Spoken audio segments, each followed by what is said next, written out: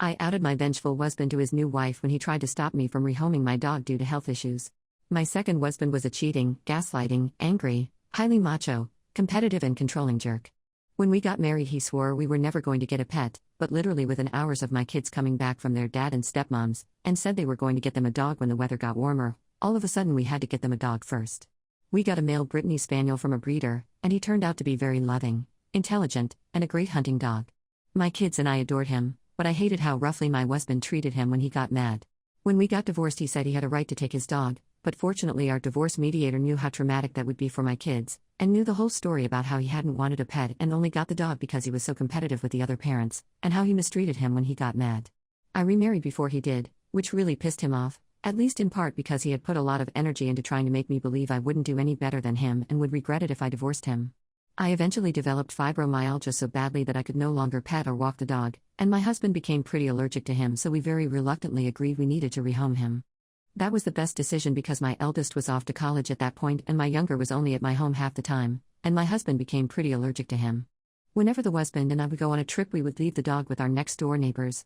The mom was a stay-at-home mom, the dad worked out of his home office and they had 4 young children, so the dog loved being at their house because he always got a lot of attention, and they really loved having him because they didn't have their own pets. Sometime after my husband remarried, the family moved across the country and ended up literally 10 minutes from my mother. The mom had grown up in a small town not far from the city I grew up in, and they were moving back to be near her family and for better weather. Of course they were the first and only choice to get my dog, and they were absolutely thrilled at the offer.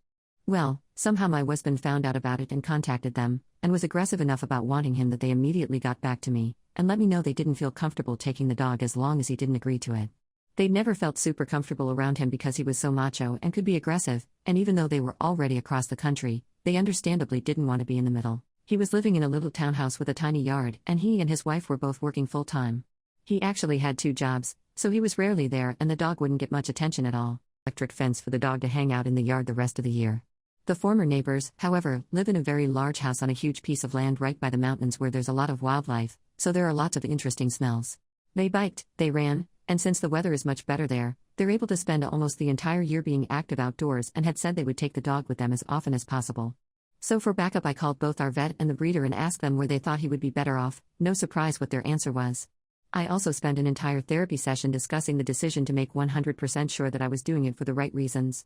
When I tried to talk to my husband about how much better off the dog would be with them and told him that the breeder and vet both agreed, he said I don't give a damn how much better off he would be with them, I just want him.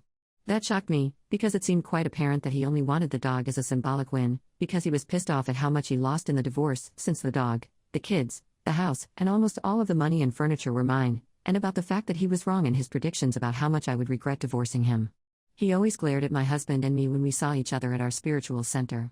So I asked around and got his wife's email, and let her know exactly what was transpiring, including everything I had done to make sure the neighbors were the best home for him, and quoted what he said about not caring if the dog really would be better off with the neighbors.